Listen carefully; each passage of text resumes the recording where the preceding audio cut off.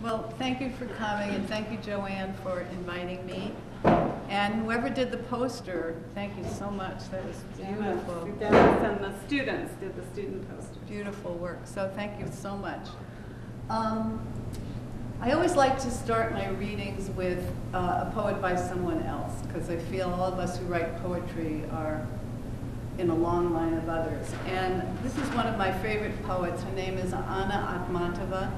She was Russian. She died in 1960 and was very revered because during the Stalin era, religion was outlawed and poetry became religion.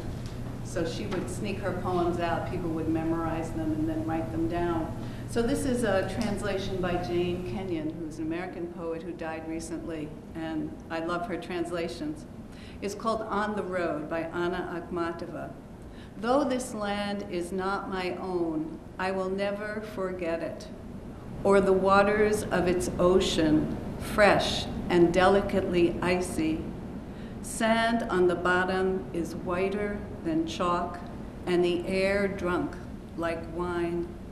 Late sun lays bare the rosy limbs of the pine trees, and the sun goes down in waves of ether in such a way that I can't tell if the day is ending or the world, or if the secret of secrets is within me again.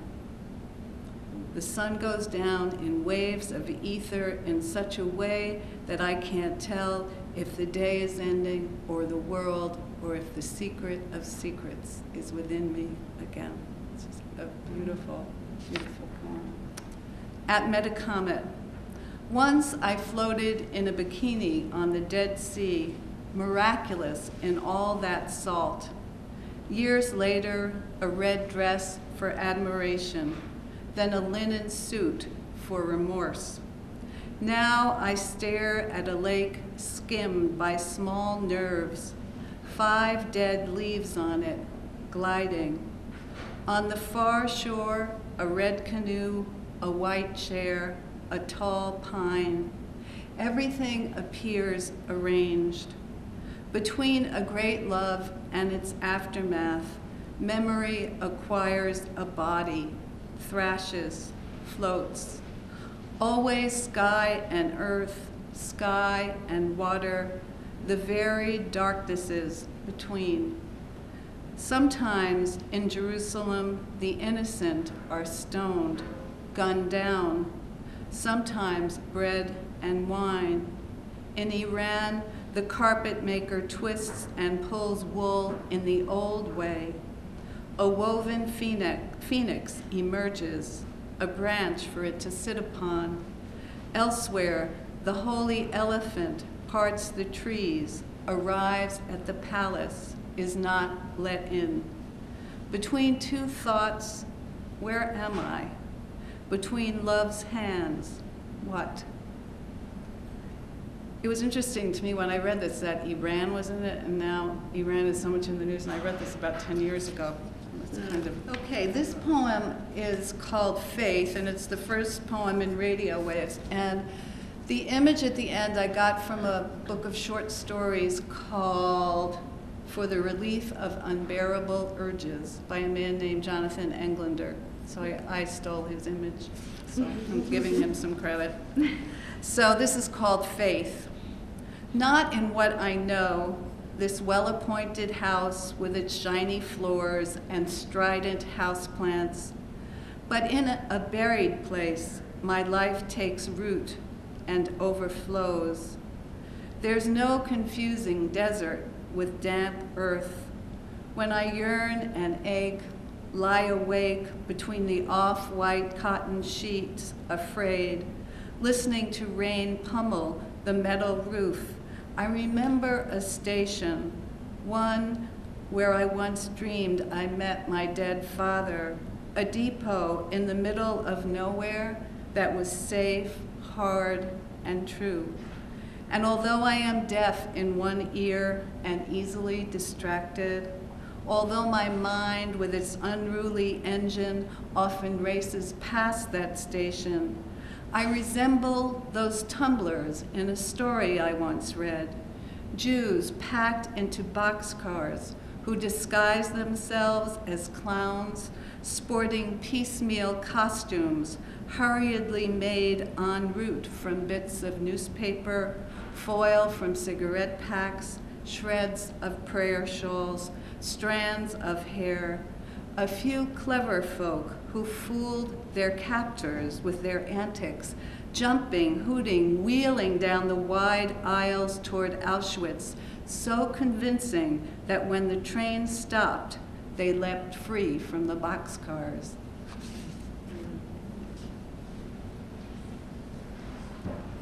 Being born while the Holocaust was still going on has been probably the most primary thing for me to deal with in ineffable ways that I can't explain, but it keeps coming up ever since I was a child. Here's a lightning poem. Light, more light. Oh, and it's about what I told you, the story. Light, more light. The storm would not abate that night. The lightning blinded me. He said I arched off the bed a foot or more screaming. He said he thought I was struck, and I was. And when the dream sheets of white light kept repeating, I'd wake up trembling and roll toward him. One night, after yet another bolt, I reached for the bedside lamp, and the bulb lit and frizzled at my touch. What did it mean? He called me witch, and I married him, then lived for a decade in the lesser light of our fusion. Only it wasn't exactly that, just need and lust scrawled tight. But I was talking of light, how it blinded and illuminated. I was talking of visitation and power, not the unbending lure of his eyes. Well, about 2 years ago, I was driving in Greenfield, and the lights downtown, I don't know if they're any better, but they were really bad then. And so this is what happened. It's called Falling, and as you listen, the motion of falling is what keeps the poem together. It began with the sun worship, my old yoga routine. I raised my arms above my head in salute, then stretched forward, the world spun, and I fell dizzy with it onto the blue-green ocean, I mean the carpet. Every time I turned my head, it revolved, the world I could see. And so I lay still for hours, as if in the bottom of a moored canoe, and let the virus pass, and it did. Next day, I decided to go to a dance class, and in the dusk of downtown, my car glanced the body of a man in a long black coat, crossing at the far end of the pedestrian lane. He fell sideways, ungracefully. I can still see him, then got up very slowly, wiping his sleeves. A crowd gathered as someone led him by the arm like a child to a chair in the brightly lit Asian nail salon nearby, and I pulled to the curb, left the car running, ran and kneeled beside him crying, "Are you okay?" "I'm fine," he said. His glasses sat on his face like furniture. An ambulance came, then the police, Officer Williams, who said, "It's 50-50, maybe 49-51, only a warning." And I sat in my car for 20 minutes as blue lights flashed behind me and the cop did the copious paperwork. Back home that night, I picked at supper and worried the evening along, until the man I sort of hit called me to say, "I'm fine. I was worried about you. I want you to sleep tonight." And sleep did come, slowly, the way a poem comes, the trees growing white and lacy, because now it was snow, lovely and gracious, that was falling. Radio waves. Ray Charles and Ray Charles and Betty Carter doing Baby It's Cold Outside. Braiding a vocal rope that hauls me loose and fast from my desk to the altar of two tall speakers, stands and sways me in a square of sunlight on a shiny maple floor. His voice, gravel, smooth earth, hers, silk, burgundy pain, the reservoir in my heart breaking loose and wet into the sweet of his pleading, stay, baby, and her, I really must go. Their voices foxtrotting, curved red and pressing me toward desire, my right foot caught between a man and a woman, the present and the past, longing and its sad aftermath, knowing in one lyric ripple that if my father lived, he too would stop his all. He too would sport a goofy grin, sitting in his old gray armchair as Ray keeps hammering at Betty to stay. Your eyes are like starlight now, and she keeps juicing out her reasons to go.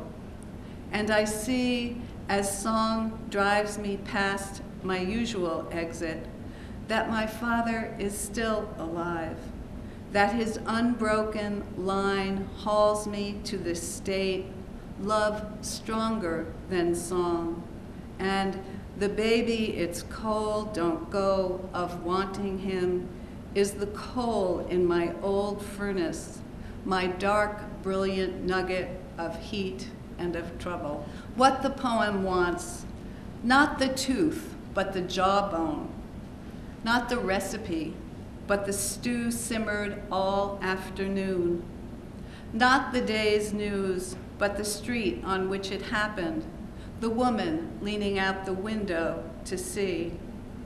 Not those fingers, but your touch. Not the blatant day at noon, but the dream inside it. Not the IV dripping, but the healing. Not brakes or cables, but the Chevy's metal. Not Confucius, but Job in his ashes, grieving. Not the map, but the territory, green, wet, and brazen.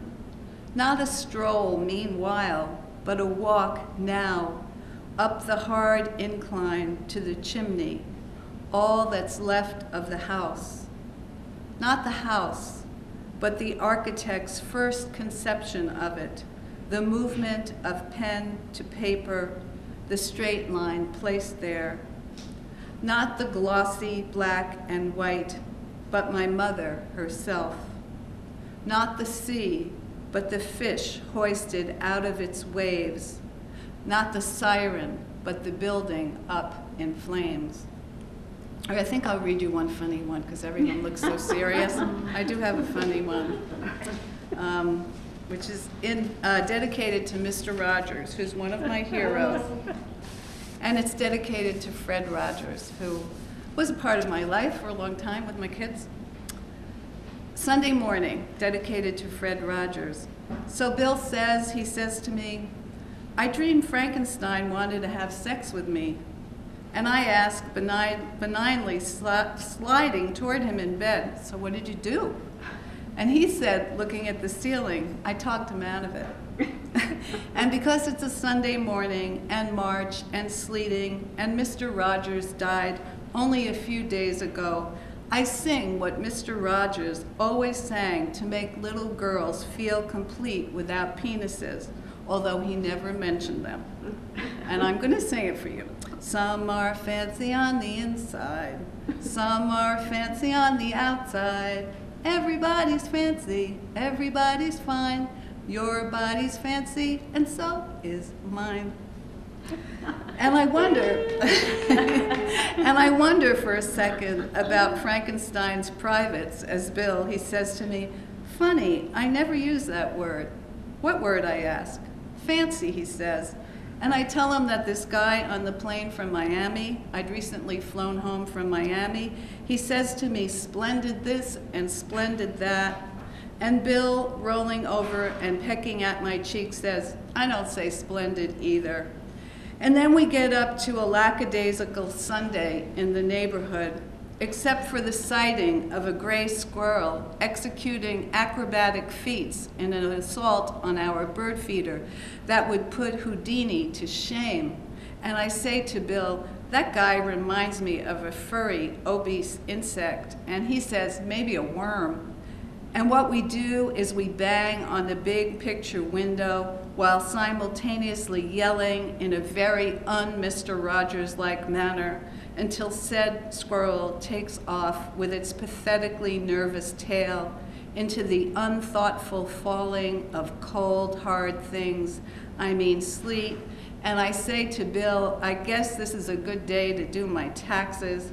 And Bill, he says nothing, but nods his pale face with its high Periclean forehead. And I go and clear my desk of all the books and papers and poems that make for my splendid life and reach for the awful piles of canceled checks, receipts, W-2s, 1099s, wishing I were the grouse or the goldfinch I see outside in my yard. Even though it's not poetry, I really would love to read you a personal essay I wrote. I frequently write for this magazine. It's called The Sun. And the personal essay is very akin to poetry. And I don't think this is just an excuse. I really feel that way because in it, you can take the same kind of imaginative leaps you do in a poem. And this story is very dear to my heart because it's dedicated to a very close friend who passed away. And it was selected to be in the Best Spiritual Writing of 2006 that's published by Houghton Mifflin. And I'm very happy about that because they have very well-known writers and I'm not one of them. So it's called 20, 40, 60, 80. And the epigraph is, yet do thy worst, old time, which is from Shakespeare. And it's dedicated to Robin Oughton, 1949 to 2003. I readily confess I do not relish aging. As I close in on the age of 60, I can't understand how life's waters, pure and rushing, have so mysteriously carried me here. How the moon keeps on with its rhythms, and the sun rises and falls, and the days pass faster and faster as I use up my allotment of breaths and move toward death. I think 20, 40, 60, 80. Both my parents died when they were 80. 75% of my life may be gone. Where did it go? I remember once walking with my son along Boston Harbor near a famous fish restaurant, but I can't remember the name of the place, another aspect of aging. I was about 35 at the time, and my son was 10, and as a huge truck passed us, the driver stuck his head out the window and whistled enthusiastically at me. What was I wearing? Probably a miniskirt. What was my hair like? Probably long and dark and parted in the middle. As the truck's exhaust briefly swirled around us, Josh muttered, I can't believe that jerk. I wish I could slam him one. I was touched and amused by my son's chivalrous impulse, whereas the whistle left me feeling simultaneously flattered and annoyed. Hoot hoot at a woman when she clearly had her son in tow. Was Josh upset by his mother's sexuality? Was it some sort of Oedipal thing? I have no idea, but I remember the incident well. Now I'm mostly invisible to men unless they're 70 or older. I don't feel invisible at all, one woman my age replied when I mentioned this. I was never noticed before, she said. It's you pretty ones that get to suffer now. Recently, I went to a bar with my husband and a friend to listen to jazz. The place was smoky and jam-packed, our drinks long in coming. Our friend whispered loudly, there's Kurt Vonnegut, except I can't put his name in the essay, but I can tell you it was Kurt Vonnegut. There's Kurt Vonnegut coming in. And he nodded towards a schlumpy-looking man in a trench coat moving slowly toward the bar. The writer took off his coat, laid it over a stool, and sat down on it. He was quickly handed a beer by a plump young bartender. Then the writer lit a cigarette and began to stare at me as I scrunched defensively next to my husband. I was, I confess, vaguely flattered even to be noticed by such a famous writer, but his roomy eyes made me see myself see myself in a more literary fashion. But God, he was old.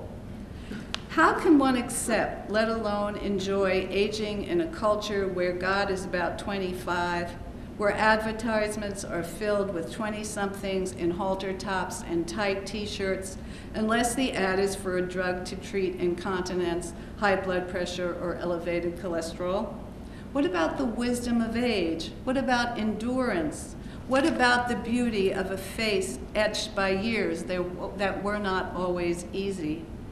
Show me anyone over 50 who has not known tragedy, and I'll show you Icarus about to lose his wings and plunge into the sea. Maybe angels will arrive, maybe a medevac, maybe death. So here I am walking down the only real corridor there is, sometimes wanting to sing and dance, but often whining as I'm pushed in opposite directions, from behind by two dead parents, encouraging, it's fine, it's fine. From ahead by a 35-year-old daughter saying, you're young, Mom, you can't die, you're my hero, and if you die, I'll never get over it. But it's not death that's the devil, it's the decaying body, the kind of deterioration my own mother faced in her long years of Parkinson's and dementia. Recently, my husband and I bought long-term care insurance to stave off nursing home hell. And at last we've written our wills. My husband, 13 years younger than I, acts as if he's going along for the ride. Why don't you catch up, I sometimes yell at him. He smiles and is silent. What can he say? And so I hold my husband and he holds me, and I hold what life I have left in my arms like a child, trying to comfort it, make it laugh. But sometimes it feels like a real job. Oh, you're young, Gordon, the 80-year-old, and now he's 90. I met him yesterday, and he said, Jeannie, I'm 90. Oh, you're young, Gordon, the 80-year-old man I like to sit next to when I go to synagogue, says to me. I have no idea how to respond to this. Should I sing hallelujah? Thank God for the good life I've had? Gordon is a beautiful old soul with the face of a kindly God.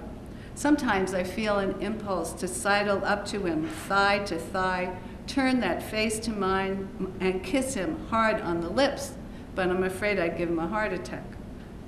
I had no fear whatsoever of kissing my friend Robin, who at 54 was stricken with cancer.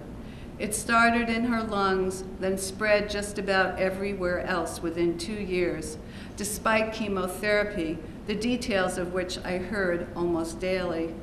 During her illness, I laughed and wept with her and did as many things for her as she would allow.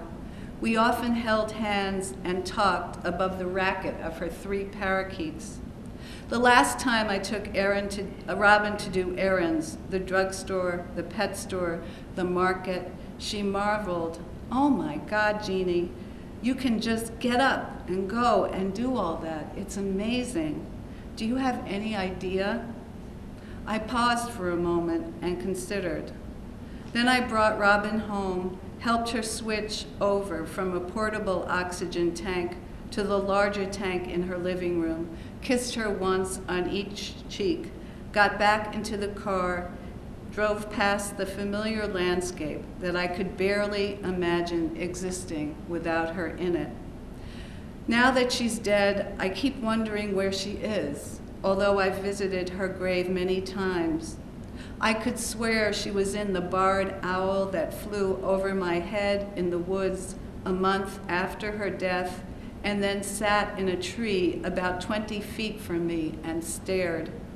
I hadn't seen a barred owl since the winter before my mother's death, 7 years earlier, when one had perched outside our kitchen window week after week. Now there was this bird, and there I was, my heart fractured by Robin's departure.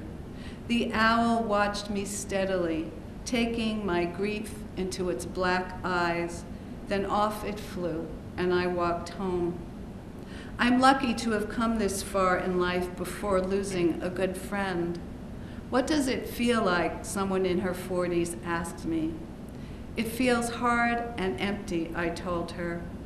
What I didn't say is that sometimes, beneath this hard emptiness, there's a sense of flight, of wings spread, of chest and heart holding more love than before. There is the knowledge that my heart won't ever seal up as tight again, and the real earned understanding that we are all dying. I've already been blessed with 8 more years than Robin had. When Robin and I walked down the street together, I never noticed whether men looked at us. I didn't care. And Robin helped me not to care with her bulky winter hats and the little red cap she wore to cover her baldness.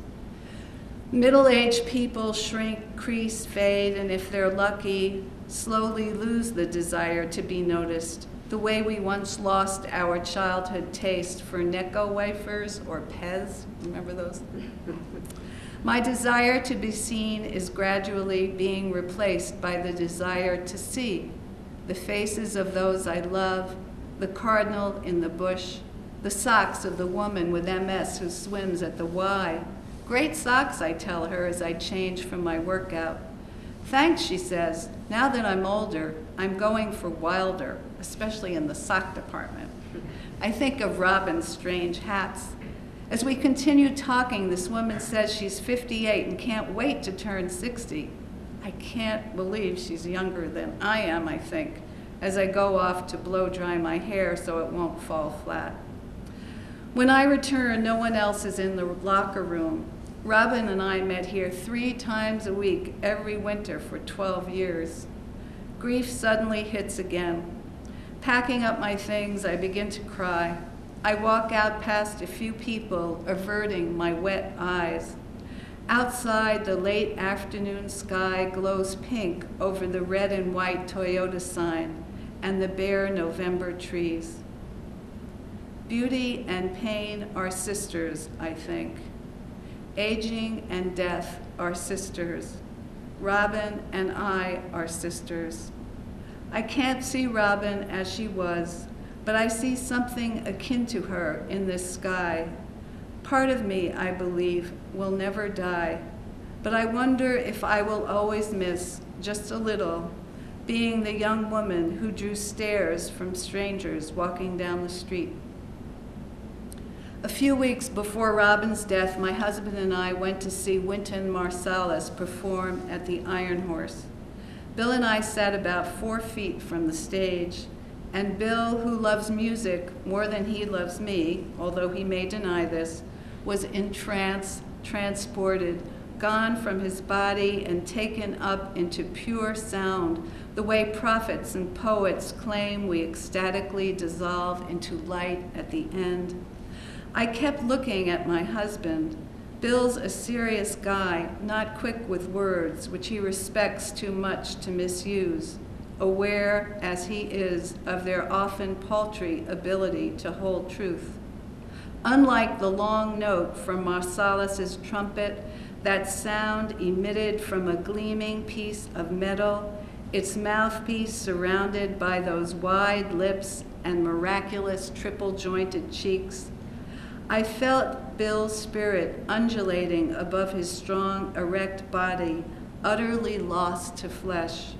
Then the blue of his eyes caught the brown of mine for a second, and he leaned toward me and whispered, "I could die now." My eyes moistened, and I wanted so badly to believe that this joy was what had come for Robin, that it's what will come for us all in the end.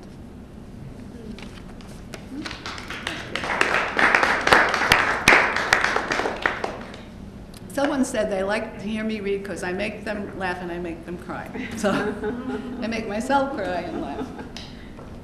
So I think I'll read one more poem, and then if there's any question, or I have to decide which one I want to read. This body is an animal rooting for bones, a flower blossoming. This body is brown from sun and lined by time. It is at rest, learning how muscle, sinew, blood, and bone collude. This body has fear, a retracted star for a heart beating itself into a place so large that death and love are the same there. This body wants to dance, wail, embrace, run. It is a doe about to leap over an old stone wall, the hunter closing in, but no matter, it will burst into light. This body is a storehouse of treasures in which preparations for a feast are underway. Silverware, goblets, golden plates, white linen napkins folded again and again. This body is small, crouching under the table. It is large, looking down at the manufactured world from a palace of cloud. This body is dry and wet, vigor and fatigue, and I keep following it, sniffing like a dog.